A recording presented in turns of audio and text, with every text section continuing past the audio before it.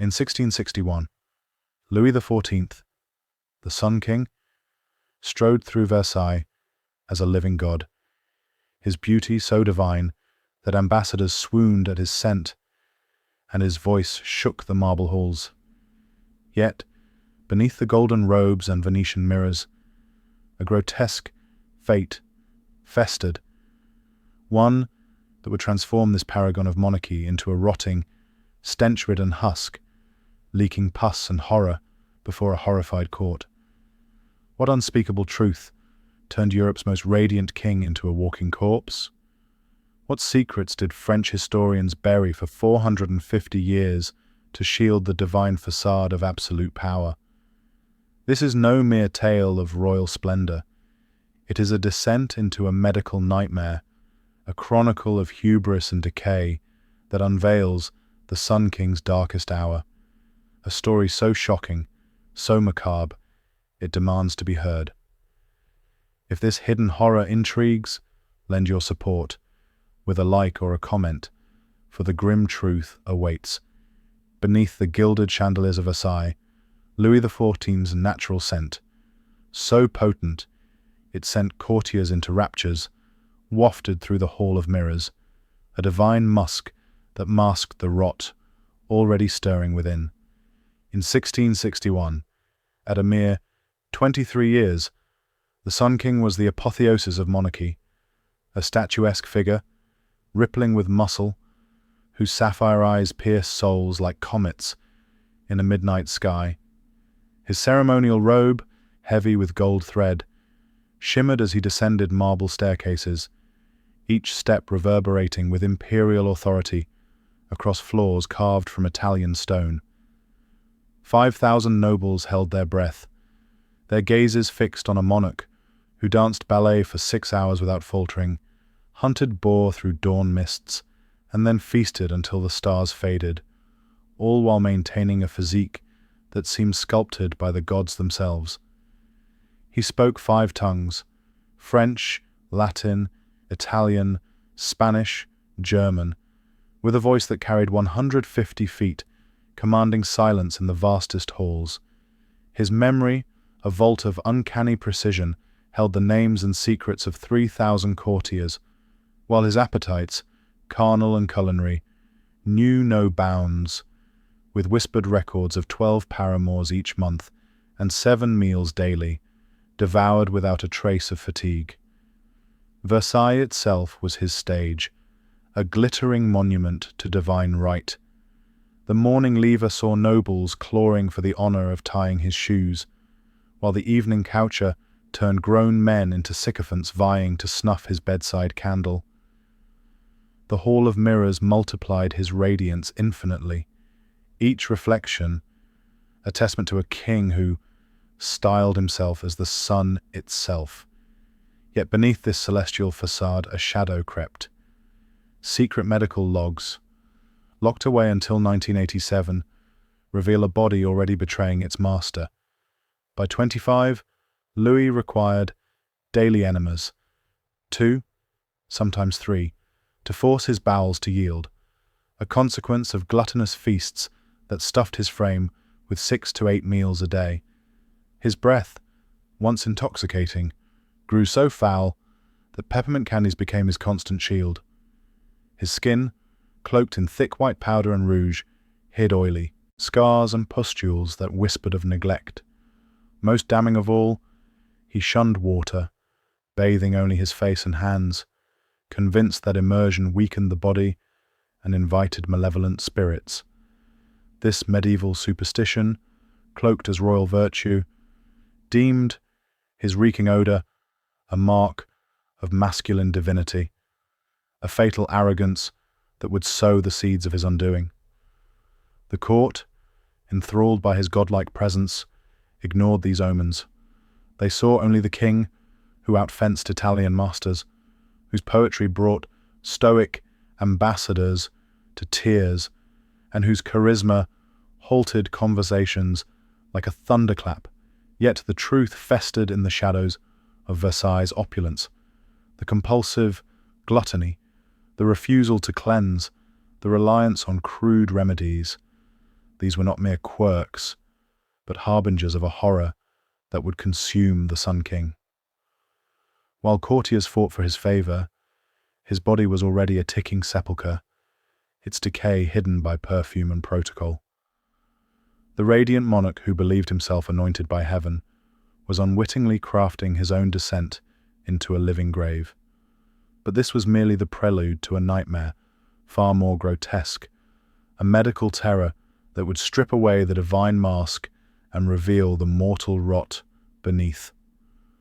On a bleak January morning in 1686, a putrid stench seeped from the royal garments of Louis XIV, a foul herald of the decay that would soon engulf the Sun King. No longer the golden deity of Versailles, the 47-year-old monarch summoned his physician, Guy Crescent Fagan, complaining of a nagging discomfort when seated, a trifling ailment, or so it seemed. Fagan, a man whose medical incompetence rivaled the Black Death's toll, dismissed it as mere hemorrhoids.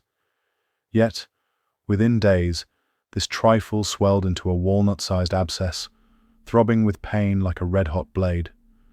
By late January, blood and pus oozed relentlessly, and by February, a fistula near the king's rectum gushed with fecal matter, its reek so vile that servants gagged in his presence. The Hall of Mirrors, once a shrine to divine radiance, now bore witness to a creeping horror as the most powerful man in Europe became a prisoner of his own festering flesh. The court's response was a grotesque ballet of denial. Fagan, wielding medieval quackery, prescribed a relentless regimen of ice-cold enemas, over 2,000 in 6 months, each one a torment that left Louis writhing, his screams echoing through Versailles' gilded corridors. When this failed, Fagan escalated to barbarism, red-hot iron rods, glowing like infernal coals, seared the infected tissue as courtiers pinned the king to his bed. The agony was unimaginable, his cries piercing 3 floors of the palace. Bloodletting followed, with 500 milliliters drained daily in a futile bid to purge corrupted humors. Charlatans peddled grotesque elixirs, bull's semen mixed with wine, frog fat steeped in brandy, crushed pearls in bull's blood, each more revolting and useless than the last. Yet Louis, clinging to his divine image, endured every torment, his pride a shackle as tight as the courtier's grip. By November, the stench was inescapable, driving foreign ambassadors to flee royal audiences with excuses as thin as their perfumed handkerchiefs. Enter Charles-François Félix, a surgeon facing an impossible task, to carve salvation from the king's rotting body or face execution. Felix prepared in a manner as chilling as the procedure itself, honing his craft on 75 prisoners, their screams a grim rehearsal for the royal operation. On 18 November 1686, in a secret chamber, Felix wielded a curved silver scalpel, slicing through the fistula's putrid track without anesthesia. Louis, held down by 4 men, bit through wooden blocks as the blade unleashed a torrent of green-blue pus, 200 milliliters of liquid decay, reeking of corpses. 2 assistants fled, vomiting as blood sprayed the silk sheets. 3 more surgeries followed, each a 6-hour ordeal of butchery, removing blackened tissue that exposed bone eaten away by infection. The court declared these torments a miracle, but they had birthed a nightmare, a permanent fistula, leaking pus and feces for the rest of Louis's days. Versailles became a perfumed fortress against the truth. Bulgarian roses and Arabian ambergris, costing millions in modern coin, masked the king's stench, while fresh flowers were replaced hourly. Yet no fragrance could hide the rot within, nor the irony of a monarch who once bewitched Europe now repulsing it. The Sun King's divine facade was cracking, and a far darker transformation loomed, a descent into a living death that would horrify even his most loyal subjects.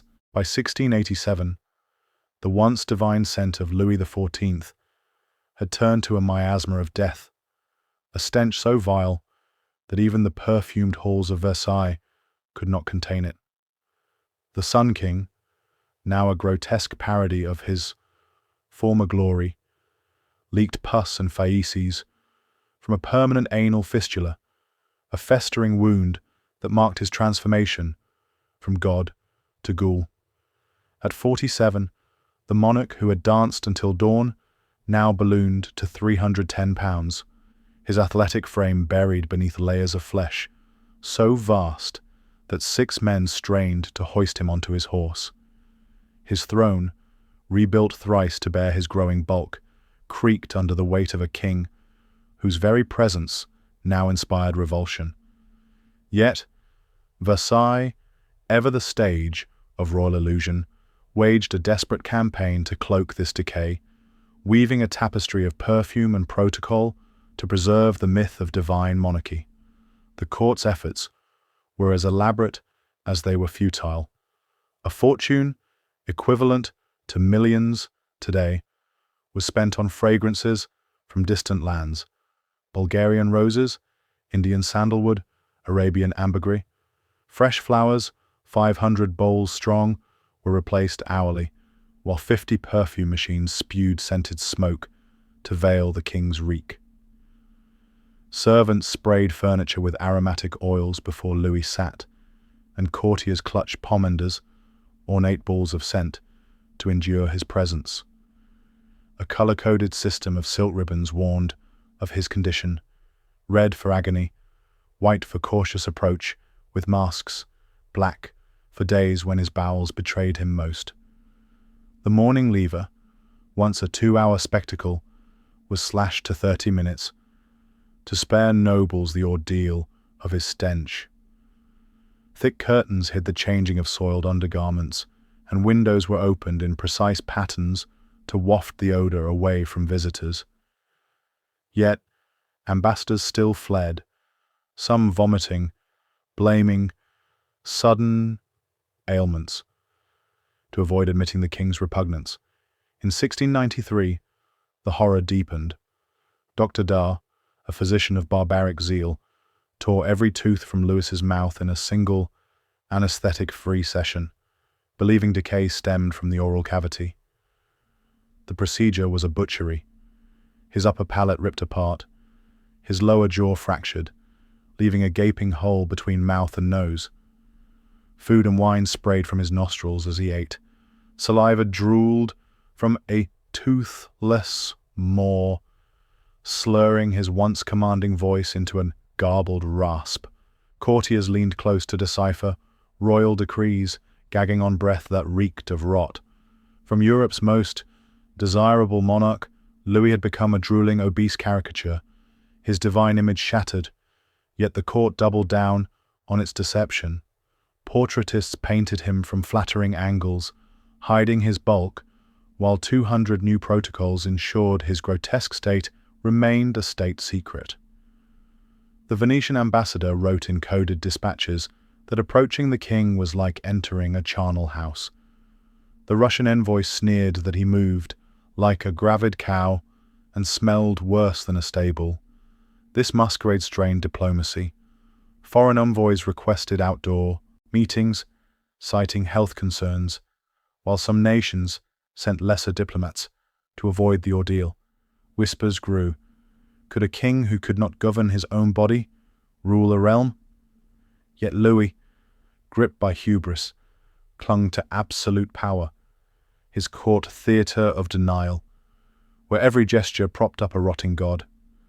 The Sun King's decay was no longer just physical. It was a mirror to the fragility of his divine myth. But the worst was yet to come, a final act of horror that would make even his physicians recoil in dread.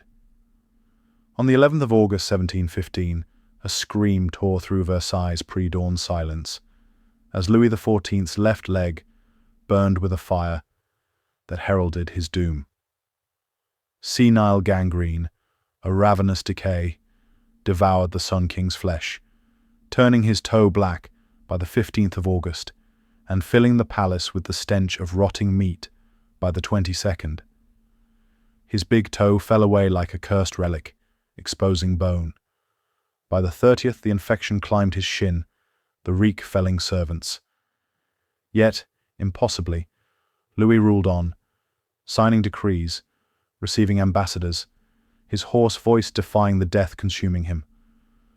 On 1st September, as gangrene choked his throat, he whispered to his great-grandson, "Do not imitate me. I loved war too much," before pleading for divine aid. At 8:15 a.m., the Sun King's heart ceased, but his corpse swelled with bacterial gases, forcing a lead-sealed coffin to contain its gurgling collapse. The autopsy, hidden until 1891, revealed a body half-blackened, throat decayed, and intestines writhing with a monstrous tapeworm, a grotesque epitaph for a god-king.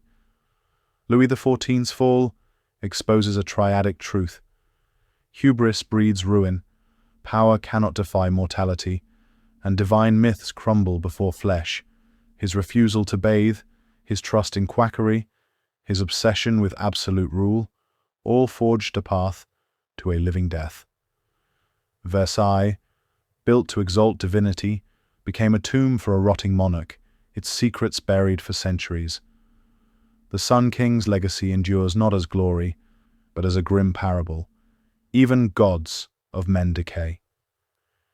If this tale of royal rot stirs the soul, lend a like or comment to unearth more hidden histories. In the shadow of absolute power, only the truth remains, whispering of mortality's unyielding grip.